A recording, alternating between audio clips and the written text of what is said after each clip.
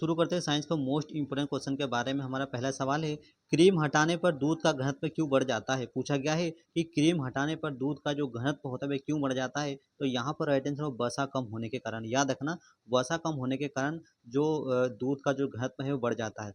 देखो, क्रीम से अगर वसा हो, क्रीम में क्या होता है, तो क्रीम में होता है वसा। क्या होता है, क्रीम में क्या पाया जाता है, वसा। अब वसा क्या होता है, हल्का होता है। वसा हल्का होता है, तो जब क्रीम हटाते हैं तो हल्का भाग हट जाता है। क्रीम हटाते हैं तो वसा का जो हल्का भाग है वो हट जाता है, और बाकी भाग जो दूध होता है वो भारी होता है, तो वह बच जाता है। इसलिए जो उसका दूध का जो घनत्व होता है वह क्या होता है, दूध का घनत्व क्या होता है, बढ़ जाता है। नेक्स्ट क्वेश्चन है, सापेक्षिक घनत्व का मात्रक क्या होता है। पूछा गया है कि सापेक्षिक घनत्व का मात्रक क्या होता है दोस्तों। तो सापेक्षिक घनत्व का कोई मात्रक नहीं होता है। सापेक्षिक घनत्व का कोई मात्रक नहीं होता है।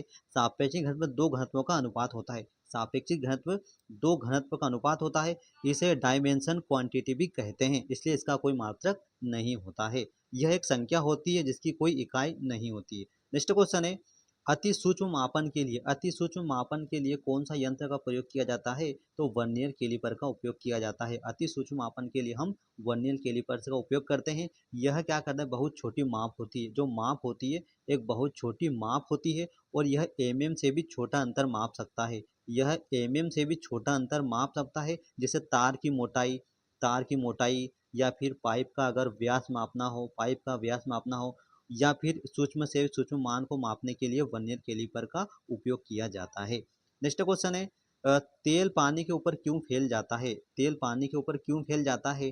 तो तेल का पृष्ठ तनाव कम होने के कारण, तेल का पृष्ठ जो तनाव है वह कम होने के कारण जो पानी के ऊपर जो तेल हो फैल जाता है। देखो, तेल का पृष्ठ तनाव पानी से कम होता है, ठीक है ना।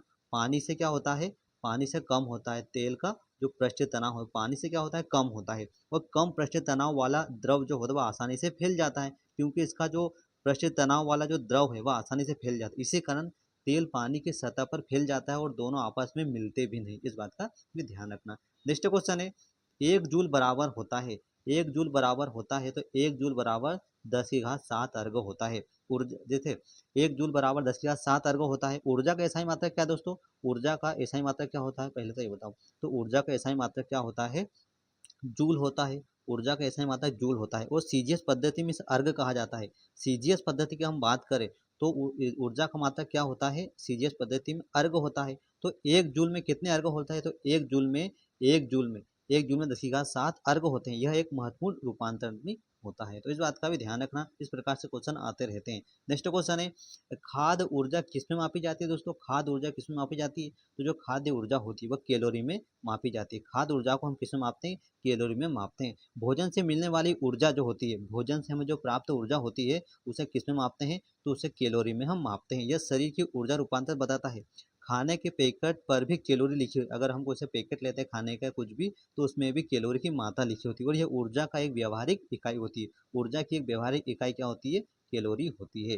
नेक्स्ट क्वेश्चन है, पृथ्वी के गुरुत्वाकर्षण की तीव्रता कहाँ अधिक होती है। पृथ्वी के गुरुत्वाकर्षण की जो तीव्रता होती है वह कहाँ पर अधिक होती है, तो ध्रुव पर सबसे अधिक होती है। पृथ्वी के गुरुत्वाकर्षण की जो तीव्रता होती है वह ध्रुव पर सर्वाधिक होती है। देखो, ध्रुव पर पृथ्वी थोड़ी चपटी होती है। ध्रुव पर जो पृथ्वी होती है वह सबसे थोड़ी चपटी होती है। वहाँ केंद्र से दूरी कम होती है, केंद्र से दूरी कम होती है। इसी कारण गुरुत्वाकर्षण अधिक होता है। भूमध्य रेखा पर भी यह कम होता है। नेक्स्ट क्वेश्चन है,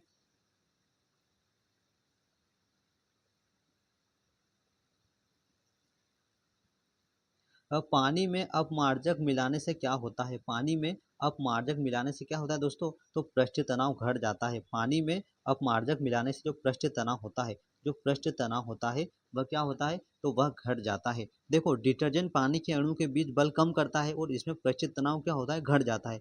कम पृष्ठ तनाव से सफाई भी आसानी से होती है, और इसी कारण साबुन काम में लिया जाता है। नेक्स्ट क्वेश्चन है हमारे यहाँ पर, ध्वनि किस रूप में यात्रा करती है। ध्वनि किस रूप में यात्रा करती है, तो ध्वनि अनुदैर्ध्य तरंग के रूप में यात्रा करती है। देखो, ध्वनि माध्यम में कंपन के रूप में चलती है, और इसमें कण आगे पीछे कंपन करते हैं। इसमें जो कण होते हैं वह आगे पीछे कंपन करते हैं। इसे अनुदैर्ध्य तरंग कहते हैं, और हवा पानी आदि में यह चलती है। नेक्स्ट क्वेश्चन है, चमगादड़ अंधेरे में कैसे उड़ता है। जो चमगादड़ होता है वह अंधेरे में कैसे उड़ता है, तो प्राश्रव्य ध्वनि के कारण। चमगादड़ अंधेरे में उड़ सकता है तो वो पराश्रव्य ध्वनि के कारण चमगादड़ क्या करता है, अल्ट्रासोनिक ध्वनि निकालते हैं। कौन सी? अल्ट्रासोनिक ध्वनि निकालते हैं चमगादड़, और यह ध्वनि वस्तु से टकराकर लौटती है और इससे वह दूरी और दिशा की पहचान होती है। इसे प्रतिध्वनि विधि भी कहते हैं। इस बात का ध्यान रखना। नेक्स्ट क्वेश्चन है, श्वेत प्रकाश का विभिन्न रंगों में विभाजन क्या कहलाता है? तो श्वेत प्रकाश का विभिन्न रंगों में विभाजन क्या कहलाता है? वर्ण विक्षेपण कहलाता है। जब श्वेत प्रकाश प्रिज्म से गुजरता है, जब श्वेत प्रकाश प्रिज्म से गुजरता है तो कई रंगों में बढ़ जाता है, कई रंगों में बढ़ जाता है। इसे क्या कहते हैं? इसे वर्ण विक्षेपण कहते हैं। इसे क्या कहते हैं? इसे वर्ण विक्षेपण कहा जाता है, और इंद्रधनुष इसका ही एक उदाहरण होता है। नेक्स्ट क्वेश्चन है, किस रंग का तरंगदैर्घ्य सबसे कम होता है? किस रंग का तरंगदैर्घ्य सबसे कम होता है? तो बैंगनी रंग की जो तरंगदैर्घ्य होती है वह सबसे कम होती है। देखो, बैंगनी रंग का तरंगदैर्घ्य सबसे कम होता है, और कम तरंगदैर्घ्य का मतलब होता है कि अधिक ऊर्जा। कम तरंगदैर्घ्य का मतलब होता है अधिक ऊर्जा, और इसलिए यह ज़्यादा विचलित होता है और प्रिज्म में बहुत अधिक मुड़ जाता है। नेक्स्ट क्वेश्चन है, समतल दर्पण की वक्रता त्रिज्या क्या होती है? तो समतल दर्पण की जो वक्रता त्रिज्या होती है वह क्या होती है? वह अनंत होती है। समतल दर्पण की वक्रता त्रिज्या अनंत होती है, इसमें कोई वक्रता नहीं होता है, इसलिए इसकी जो त्रिज्या अनंत मानी जाती है, एक सैद्धांतिक मान होता है। नेक्स्ट क्वेश्चन है, वायुमंडल में प्रकाश के प्रकीर्णन का कारण क्या होता है दोस्तों? तो वायुमंडल में प्रकाश का प्रकीर्णन का जो कारण होता है वह धूल कण होता है। क्या धूल कण होता है? देखो, वायुमंडल में छोटे छोटे कण होते हैं, छोटे छोटे वायुमंडल कण जैसे धूल या धुआं, ये प्रकाश को बिखेरते हैं, और इसी से आकाश जो होता है, इसी से क्या होता है, इन्हीं कण के कारण जो आकाश होता है कैसा होता है? नीला दिखाई देता है। नेक्स्ट क्वेश्चन है, किस रंग का तरंगदैर्घ्य सबसे अधिक होता है दोस्तों? तो लाल रंग की जो तरंगदैर्घ्य होती है, लाल रंग की जो तरंगदैर्घ्य होती है वह सबसे अधिक होती है, क्योंकि लाल रंग की तरंगदैर्घ्य सबसे बड़ी होती है। इसका विचलन जो होता है, लाल रंग का जो विचलन होता है, विचलन विचलन क्या होता है लाल रंग का? वो कम होता है। लाल रंग का विचलन कम हो, इसलिए यह दूर तक दिखाई देता है, और ट्रैफिक सिग्नल में भी इसी का उपयोग किया जाता है। नेक्स्ट क्वेश्चन है, तारों के टिमटिमाने का कारण क्या होता है? तो तारों का टिमटिमाने का कारण वायुमंडलीय अपवर्तन। तारों के टिमटिमाने का जो कारण है वो वायुमंडलीय अपवर्तन होता है। देखो, तारों का प्रकाश वायुमंडल से गुजरता है, तारों का जो प्रकाश होता है वायुमंडल से गुजरता है, वायुमंडल से गुजरता है तो विभिन्न परतें से घनत्व अलग अलग, जो घनत्व होती है वह क्या होती है? विभिन्न परतों से जो घनत्व होती है वह अलग अलग हो जाती है। इससे प्रकाश क्या होता है? प्रकाश मुड़ जाता है, इसलिए जो तारे होते हैं वह क्या होते हैं? टिमटिमाते हैं। नेक्स्ट क्वेश्चन है, मायोपिया को क्या कहा जाता है? मायोपिया को क्या कहा जाता है? तो निकट दृष्टि दोष। मायोपिया निकट दृष्टि दोष को कहा जाता है। मायोपिया में पास की चीज साफ दिखती है, जो पास की चीजें होती है या पास की जो वस्तु होती है वह कैसी होती है? तो पास की वस्तु तो साफ दिखाई देती है, पास की वस्तु साफ दिखाई देती है, लेकिन दूर की वस्तु कैसी होती है? दूर की जो वस्तु होती है वह कैसे दिखाई देती है? तो वह दूर की वस्तु धुंधली दिखाई देती है, और यह आँख का दोष होता है, इसे निकट दृष्टि दोष कहा जाता है। नेक्स्ट क्वेश्चन है, कांच में किस रंग का अपवर्तनांक सबसे कम होता है? तो कांच में लाल रंग का जो अपवर्तनांक होता है वह सबसे कम होता है। लाल प्रकाश सबसे कम उड़ता है, इसलिए इसका अपवर्तनांक कम होता है, और बैंगनी का ज़्यादा उड़ता है, इसलिए इसका जो अपवर्तनांक ज़्यादा होता है, और यह एक महत्वपूर्ण ऑप्टिक्स तथ्य भी होता है। नेक्स्ट क्वेश्चन है, स्नेल का नियम किससे संबंधित है? स्नेल का जो नियम है वो किससे संबंधित है? तो अपवर्तन से। स्नेल का नियम किससे संबंधित है? अपवर्तन से नियम। स्नेल का जो नियम है प्रकाश के मुड़ने से जुड़ा है, ये दो माध्यमों के बीच लागू होता है, यह दो माध्यमों के बीच लागू होता है, अपवर्तन का नियम बताता है और कोणों का भी संबंध देता है। नेक्स्ट क्वेश्चन है, विद्युत चुम्बक में कोर के रूप में क्या उपयोग होता है? तो विद्युत चुम्बक में कोर के रूप में मृदु लोहे का उपयोग किया जाता है। मृदु लोहा आसानी से चुंबक बनता है, इससे क्या होता है? आसानी से चुंबक बनाया जा सकता है और जल्दी चुंबकत्व खो भी देता है, इसलिए इसे इलेक्ट्रोमैग्नेट में उपयोग किया जाता है। इसे कहाँ प्रयोग करते हैं? तो इलेक्ट्रोमैग्नेट में इसका उपयोग किया जाता है। नेक्स्ट क्वेश्चन है, नाभिकीय रिएक्टर में ऊर्जा कैसे उत्पन्न होती है? नाभिकीय रिएक्टर में जो ऊर्जा होती है वह कैसे उत्पन्न होती है? तो विखंडन के द्वारा उत्पन्न होती है। देखो, नाभिकीय रिएक्टर में जो परमाणु टूटते हैं, क्या होते हैं? नाभिकीय रिएक्टर में जो परमाणु होते हैं वह क्या होते हैं? वह टूटते हैं, और इसे क्या कहते हैं? इसे विखंडन कहते हैं। इस प्रकार से नाभिकीय टूट जाते हैं, तो इसे इसे क्या कहते हैं? विखंडन कहते हैं, और इसे नियंत्रित नियंत्रित प्रक्रिया होती है, इससे बहुत ऊर्जा निकलती है। जो ऊर्जा होती है, एनर्जी होती है, वह काफ़ी ज़्यादा निकलती है। नेक्स्ट क्वेश्चन है, प्रकाश वर्ष किसका मात्रक होता है? प्रकाश वर्ष किसका मात्रक होता है? तो लंबी दूरी का मात्रक होता है। ठीक, प्रकाश वर्ष किसका मात्रक है? तो दूरी का मात्रक है। यह बताता है कि प्रकाश वर्ष में कितनी दूरी, एक प्रकाश वर्ष में कितनी दूरी तय की गई है ना। खगोल विज्ञान में इसका उपयोग होता है, और तारों की दूरी मापने में काम आता है। किसकी? तारों की दूरी। तारों की दूरी को मापने के लिए हम प्रकाश वर्ष का उपयोग करते हैं। नेक्स्ट क्वेश्चन है समुद्र में डूबी वस्तुओं को खोजने के लिए क्या उपयोग होता है? तो यहाँ पर सोनार का उपयोग किया जाता है। समुद्र में डूबी वस्तु को खोजने के लिए हम सोनार का उपयोग करते हैं। सोनार क्या करता है? सोनार ध्वनि तरंगों का उपयोग करता है। कौन सी तरंगों का? सोनार जो होता है वह ध्वनि तरंगों का उपयोग करता है और यह पानी में काम करता है। ध्वनि भेजकर प्रतिध्वनि से दूरी मापता है। ध्वनि भेजकर यह प्रतिध्वनि से दूरी मापता है और पनडुब्बी में इसका उपयोग किया जाता है। किसका? सोनार का। नेक्स्ट क्वेश्चन है सेकंड पेंडुलम की समय अवधि क्या होती है? सेकंड पेंडुलम की समय अवधि क्या होती है? तो 2 सेकंड की होती है। सेकंड पेंडुलम की समय अवधि 2 सेकंड की होती है। 1 सेकंड आगे और 1 सेकंड पीछे होती है। इसका उपयोग समय मापने में, इसका उपयोग क्या होता है? समय को मापने में इसका उपयोग किया जाता है। यह भौतिकी का महत्वपूर्ण प्रश्न है। ठीक है ना, इस बात का भी ध्यान रखना। नेक्स्ट क्वेश्चन है शीशे के संचयन मतलब लेड स्टोरेज सेल में कौन सा अम्ल होता है? सीसा संचयक सेल में कौन सा अम्ल होता है? तो सल्फ्यूरिक अम्ल होता है। कौन सा अम्ल होता है? सल्फ्यूरिक अम्ल यानी कि H2SO4 अम्ल होता है। यह क्या करता है? यह लीड स्टोरेज बैटरी में सल्फ्यूरिक जो अम्ल होता है यह इलेक्ट्रोलाइट का काम करता है। किसका काम करता है?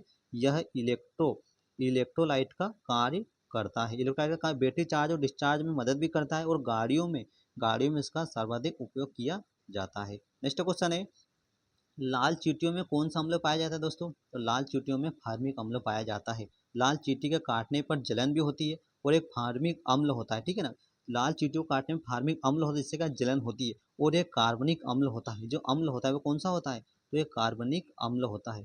कार्बनिक अम्ल होता है और यह प्राकृतिक रक्षा के लिए उपयोगी होता है। नेक्स्ट क्वेश्चन है शुष्क सेल का एनोड किस पदार्थ का बना होता है? तो शुष्क सेल का जो एनोड होता है वह किसका बना है? वह जस्ते का बनाया जाता है। ड्राई सेल में जो जस्ता होता है वह एनोड का बनाया जाता है। यह इलेक्ट्रॉन छोड़ता है। इलेक्ट्रॉन क्या करता है? यह इलेक्ट्रॉन को छोड़ता है और रासायनिक अभिक्रिया से बिजली बनती है। रासायनिक अभिक्रिया से यहाँ पर विद्युत उत्पन्न होती है और इसमें बैटरी इसका मुख्य भाग होता है। नेक्स्ट क्वेश्चन है यूरेनियम विखंडन को जारी रखने के लिए किस कण की जरूरत होती है? यूरेनियम विखंडन को जारी रखने के लिए किस कण की जरूरत होती है? तो यहाँ पर न्यूट्रॉन की आवश्यकता होती है। यूरेनियम विखंडन को जारी करने के लिए न्यूट्रॉन की आवश्यकता। न्यूट्रॉन परमाणु को तोड़ते हैं। न्यूट्रॉन क्या करते हैं? ये क्या करते हैं? तो यह परमाणु को क्या करते हैं? परमाणु को तोड़ने का कार्य करते हैं। ठीक है ना, और विखंडन में और न्यूट्रॉन निकलते हैं।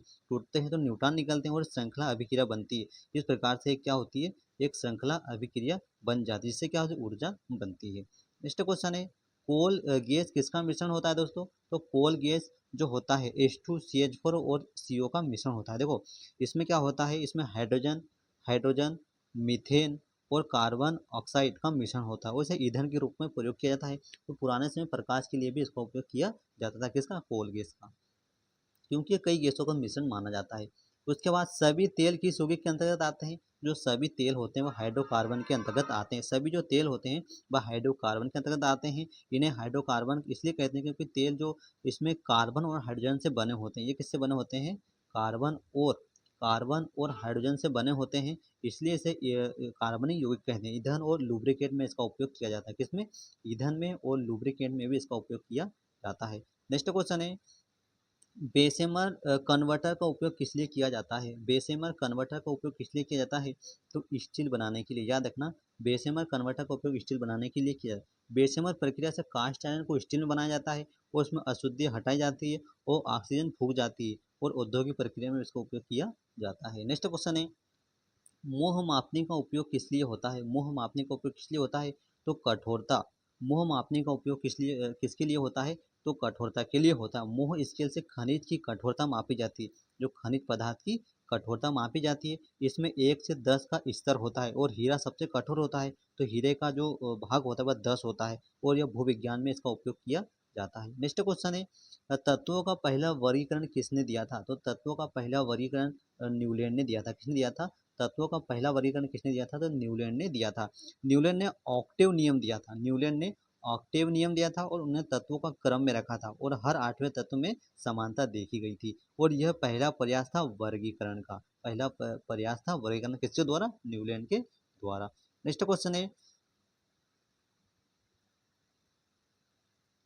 सिगरेट के धुएं का मुख्य प्रदूषक क्या है? सिगरेट के धुएं का जो मुख्य प्रदूषक है वह क्या होता है? तो कार्बन मोनोऑक्साइड और निकोटीन होता है। यह होता है कि सिगरेट में हानिकारक गैस होती है। सिगरेट में क्या होती है? सिगरेट में हानिकारक गैस होती है जो CO रक्त में ऑक्सीजन कम रहता है और निकोटीन लत लगता है और ये स्वास्थ्य के लिए काफ़ी ज़्यादा खतरनाक होता है। नेक्स्ट क्वेश्चन है, निलंबन कर्ण का आकार कितना होता है? निलंबन कर्ण का आकार कितना होता है? तो 10⁻⁵ सेंटीमीटर से बड़ा होता है। निलंबन के कर्ण बड़े होते हैं और ये आंखों से देखे जा सकते हैं और बैठ भी जाते हैं, जैसे मिट्टी वाला पानी इसमें आता है। नेक्स्ट क्वेश्चन है, नाइट्रोजन किसका अनिवार्य घटक है? नाइट्रोजन किसका अनिवार्य घटक है? तो यह प्रोटीन का अनिवार्य घटक है। प्रोटीन में नाइट्रोजन होता है। प्रोटीन में क्या होता है? नाइट्रोजन होता है। क्या होता है? नाइट्रोजन होता है और यह अमीनो अम्ल से बनता है शरीर निर्माण में भी जरूरी होता है और मांसपेशियों के लिए भी काफ़ी ज़्यादा लाभकारी होता है। नेक्स्ट क्वेश्चन है, लाइसोसोम कहाँ पर पाए जाते हैं दोस्तों? तो लाइसोसोम जंतु कोशिका में पाए जाते हैं। लाइसोसोम को सुसाइड बैग भी कहा जाता है। यह अवशिष्ट को तोड़ते हैं, जंतु कोशिका में पाए जाते हैं और सफाई का काम भी करते हैं। नेक्स्ट क्वेश्चन है, प्लाज्मा झिल्ली किससे बनी होती है? तो प्लाज्मा झिल्ली लिपिड और प्रोटीन से बनी होती है। जो प्लाज्मा झिल्ली होती है वह लिपिड और प्रोटीन से बनी होती है। प्लाज्मा मेम्ब्रेन दो परतों की होती है, लिपिड और प्रोटीन से बनती है। यह चयनात्मक परागण होती है, कोशिका की सुरक्षा करती है, कोशिका की सुरक्षा का कार्य भी करती है। नेक्स्ट क्वेश्चन है, DNA कहाँ पाया जाता है दोस्तों? DNA कहाँ पाया जाता है? तो केंद्रक और माइटोकॉन्ड्रिया दोनों में DNA पाया जाता है ना। कुछ DNA माइटोकॉन्ड्रिया में भी होते हैं और कुछ केंद्रक में भी होते हैं और इसे आनुवंशिक जानकारी रखता है और वंशानुगत जो गुण भी है, जो गुण देता है, वंशानुगत गुण भी देता है। नेक्स्ट क्वेश्चन है, ये कोशिका भित्ति का मुख्य अवयव क्या होता है? तो कोशिका भित्ति का मुख्य अवयव होता है सेल्यूलोज। क्या होता है? सेल्यूलोज। पादप कोशिका की दीवार मजबूत होती है और सेल्यूलोज से बनी होती है, ठीक है ना, इसलिए मजबूत होती है। नेक्स्ट क्वेश्चन है, जीन किसमें पाए जाते हैं? जीन किसमें पाए जाते हैं दोस्तों? तो जीन होते हैं वह गुणसूत्र में पाए जाते हैं। जीन गुणसूत्र पाए जाते हैं। जीन DNA के भाग होते हैं। जो जीन होते हैं वह DNA के भाग होते हैं। ये गुणसूत्र पर स्थिर होते हैं और गुणों को नियंत्रित करते हैं और वंशाणुगत जानकारी भी देने का कार्य करते हैं। नेक्स्ट क्वेश्चन है, शरीर में एंटीबॉडी कहाँ पर बनते हैं? तो शरीर में जो एंटीबॉडी होते हैं वह टॉन्सिल में बनते हैं। कहाँ पर बनते हैं? टॉन्सिल में बनते हैं। टॉन्सिल क्या करता है? शरीर की रक्षा में मदद करता है, एंटीबॉडी बनाता है, संक्रमण से बचाते हैं और प्रतिरक्षा प्रणाली का भाग भी होता है। नेक्स्ट क्वेश्चन है, प्रोटीन की इकाई क्या है? प्रोटीन की इकाई क्या है दोस्तों? तो प्रोटीन की जो इकाई होती है वह अमीनो अम्ल होती है। प्रोटीन की इकाई अमीनो अम्ल होती है। प्रोटीन छोटे छोटे अमीनो अम्ल से बने होते हैं। प्रोटीन छोटे छोटे अमीनो अम्ल से बने होते हैं, शरीर के निर्माण में काम आते हैं और एंजाइम भी प्रोटीन होते हैं। जो एंजाइम होते हैं वो भी क्या होते हैं? प्रोटीन होते हैं। नेक्स्ट क्वेश्चन है, केंद्रक का विभाजन क्या कहलाता है? केंद्रक का विभाजन क्या कहलाता है? तो कैरियोकाइनेसिस कहलाता है। जो केंद्रक का विभाजन होता है वह कैरियोकाइनेसिस कहलाता है। यह कोशिका विभाजन का भाग होता है। इसके बाद साइटोकाइनेसिस होता है और वृद्धि के लिए भी यह जरूरी होता है। नेक्स्ट क्वेश्चन है, बुढ़ापे के अध्ययन को क्या कहा जाता है दोस्तों? तो बुढ़ापे के अध्ययन को जेरोंटोलॉजी कहा जाता है। जेरोंटोलॉजी कहते हैं बुढ़ापे के अध्ययन को। इसमें जो उम्र बढ़ने की प्रक्रिया समझी जाती है, स्वास्थ्य और बदलाव का अध्ययन होता है। यह चिकित्सा विज्ञान का भी एक भाग होता है। नेक्स्ट क्वेश्चन है, कार्बोहाइड्रेट के पाचन के लिए कौन सा एंजाइम होता है? कार्बोहाइड्रेट के पाचन के लिए कौन सा एंजाइम होता है? तो एमाइलेज होता है। कौन सा एंजाइम? एमाइलेज होता है। यह क्या करता है? एमाइलेज स्टार्च को तोड़ता है, लार में पाया जाता है और पाचन की शुरुआत मुंह से होती है। वो कार्बोहाइड्रेट को शर्करा में बदलने का कार्य करता है। नेक्स्ट क्वेश्चन है, पेपिलरी मांसपेशी कहाँ पाई जाती है? तो यह हृदय में पाई जाती है। पेपिलरी मांसपेशी हृदय में पाई जाती है और यह मसल्स हृदय में होती है, ठीक है। यह वाल्व को नियंत्रित करती है, वाल्व को नियंत्रित करती है, रक्त के उल्टे प्रवाह को रोकती है और हृदय के कार्य में काफ़ी ज़्यादा महत्वपूर्ण होती है।